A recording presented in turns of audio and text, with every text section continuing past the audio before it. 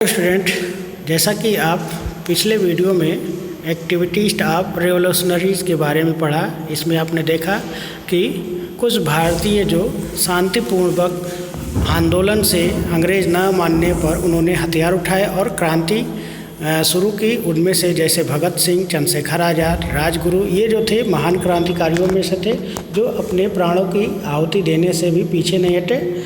इसके बाद हम देखते हैं गांधी जी का इस आंदोलन में आगमन होता है और वो एक मेन लीडर बन जाते हैं और उन्होंने कई तरह के आंदोलन शुरू किए और इन्हीं के बीच जलियांवाला बाग हत्याकांड होता है, जिसकी वजह से ये सत्याग्रह आंदोलन शुरू होता है। फिर आते हैं नॉन कोऑपरेशन आंदोलन। तो नॉन कोऑपरेशन मूवमेंट शुरू करते हैं with the entry of Jawaharlal Nehru, Subhash Chandra Bose and Abdul Kalam Azad national Congress freedom struggle enter in next phase. यानी जो ही सुभाष चंद्र बोस, जवाहरलाल नेहरू और अब्दुल कलाम आज़ाद जैसे लोग इस नेशनल कांग्रेस में प्रवेश होता है तो ये जो लड़ाई है, स्वतंत्रता की लड़ाई, एक अगले चरण में पहुंच जाती है। द कांग्रेस नाउ डिमांड पूर्ण स्वराज। अब यहाँ से सारे आंदोलन फेल होने के बाद अब कांग्रेस ने सीधी मांग कर दी पूर्ण स्वराज, यानी complete independence from British rule, यानी भारत से पूर्ण स्वतंत्रता की मांग कर दी गई। In 1920 Gandhi ji announce a peaceful non cooperation movement.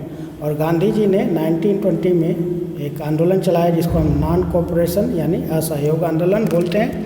People boycott British goods and institution, men women, children block the street and refuse the leave even when beaten by the police. और लोगों ने ब्रिटिश सामानों का बहिष्कार करना शुरू कर दिया और लोगों को विद्रोह के कुचलने के लिए ब्रिटिश ने उन पर बहुत सारे अत्याचार किया, उन्हें पीटा गया, लेकिन अपने वो आंदोलन से पीछे नहीं हटे। ओके, तो इस तरह हम देखते हैं कि आंदोलनकारियों ने बहुत सारे आंदोलन किए जिसकी वजह से ये आंदोलन thousand of were arrested including Gandhi ji. लेकिन इस आंदोलन में बहुत सारे लोग गिरफ्तार भी हुए और इसमें गांधी जी भी गिरफ्तार हुए।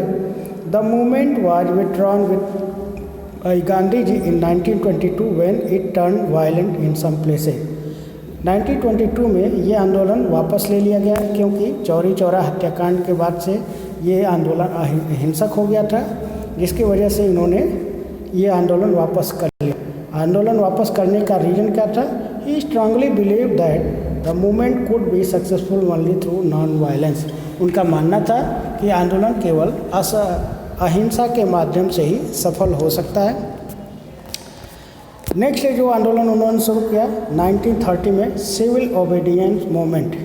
इन 1930 British pass the salt law to ban the Indians from making salt. यानी 1930 में अंग्रेजों ने एक नमक का कानून पास किया जिसके अंतर्गत कोई भी भारतीय नमक नहीं बना सकता। लेकिन Gandhi ji launch the civil disobedient movement to protest against this. और इस कानून के खिलाफ गांधी जी ने सिविल डिसोबीडिएंट मूवमेंट प्रोटेस्ट शुरू किया। He began to movement with Dandi march. उन्होंने दांडी मार्च, इसके विरोध में दांडी मार्च के शुरू किया। He walk with his followers to sea at Dandi where broke the salt law by making salt from sea water. उन्होंने अपनी यात्रा दांडी मार्च शुरू की, साबरमती आश्रम से दांडी की यात्रा शुरू की और वहाँ पर जा कर के उन्होंने नमक बना करके नमक के कानून को तोड़ा। The civil disobedient movement spread to all part of India. School, colleges, office and factories were boycotts. People stop paying taxes, foreign clothes and goods were burned. लोगों ने सिविल डिसोबीडिएंट मूवमेंट से बहुत सारे क्षेत्र में स्कूल, कॉलेज या और भी ऑफिस या फैक्ट्रीज में लोगों ने काम करना छोड़ दिया। तो और साथ ही साथ लोगों ने विदेशी वस्तुओं का होली जलाना शुरू किया। The British responded by lathi charging to protest and putting them in jail. और ब्रिटिशों ने इस आंदोलन को दबाने के लिए लाठी चार्ज किया और लोगों को जेल में डालना शुरू किया. But the people continue their peaceful protest. लेकिन लोगों ने अपना शांतिपूर्ण मार्च जारी रखा. This mighty yet peaceful struggle for independence grabbed their world attention. और ये शांतिपूर्ण आंदोलन जो था वो पूरे विश्व का ध्यान खींच लिया. The Indian freedom struggle had entered last and final stage. अब यहाँ से जो स्वतंत्रता संग्राम था वो अंतिम चरण में पहुँच चुका था. अब इसी बीच वर्ल्ड वार सेकेंड हो जाता है और भारत में क्विट इंडिया मूवमेंट यानी भारत छोड़ो आंदोलन शुरू हो जाता है. The civil disobedient movement force the British to pass the government act in 1935. Civil obedient movement के दबाव में ब्रिटिश ने भारतीयों के लिए एक नया कानून पास किया जिसको गवर्नमेंट ऑफ इंडिया एक्ट 1935 बोला गया. इसमें Indians were now allowed to participate election and form the governments. अब भारतीयों को प्रतिनिधित्व की बात कही गई और उनको प्रतिनिधित्व दिया गया. अब उसके द्वारा गवर्नमेंट बना सकते थे. लेकिन यहाँ पर भी इसकी एक कमी थी. But this government had no real power. लेकिन इसमें कोई भी इनको शक्ति नहीं दी गई थी. इन 1939 world war second broke out. इसी समय 1939 में वर्ल्ड वार सेकेंड शुरू हो गया. The Indian leader declare that the Indian soldier would help the British fight the war only if India was given freedom. भारतीय नेताओं ने ये निश्चय किया कि भारत की सेनाएं तभी भी पार्टिसिपेट करेंगी जब भारत को स्वतंत्रता प्रदान की जाएगी. लेकिन ब्रिटिशों ने द ब्रिटिश रिफ्यूज. लेकिन इसके उन्होंने रिफ्यूज कर दिया, स्वतंत्रता देने से मना किया.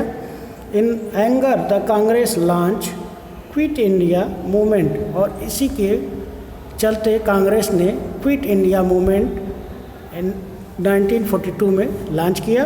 Under the leadership Gandhi ji they ask British leave India immediately. उन्होंने इसके आंदोलन के द्वारा भारत छोड़ने के लिए कहा गया. Gandhi ji and other leaders were arrested and violent people spread all over the country.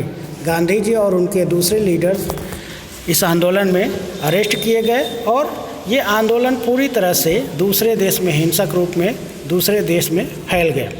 अगर हम बात करें सिविल डिसोबीडियंट में तो उन्होंने गांधी जी ने अपने चरखे के माध्यम से खादी वस्त्र बनाने का आह्वान किया. खादी वस्त्र से उन्होंने ये विश्वास व्यक्त किया कि अगर हम खादी से कपड़े पहनते हैं तो हमें विदेशी वस्त्रों पर भी डिपेंड नहीं होना पड़ेगा. साथ ही साथ हम अपने लोगों को रोज़गार भी दे सकते हैं. Demand of Pakistan. In 1940 Mohammad Ali Jinnah leader of the Muslim League the Muslim wanted separate country.